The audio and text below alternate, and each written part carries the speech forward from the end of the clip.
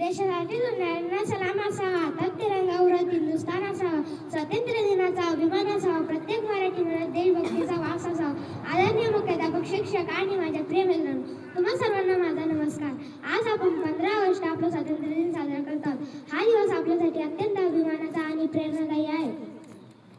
1947 साली लाखो स्वातंत्र्य सैनिकांच्या संघर्षानंतर आपला भारत स्वतंत्र झाला.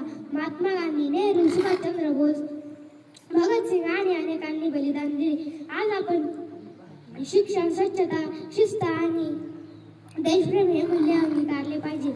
आजच्या दिवशी आपण सर्वांनी मिळून देशाला पुढे नेण्याचा संकल्प केला पाहिजे.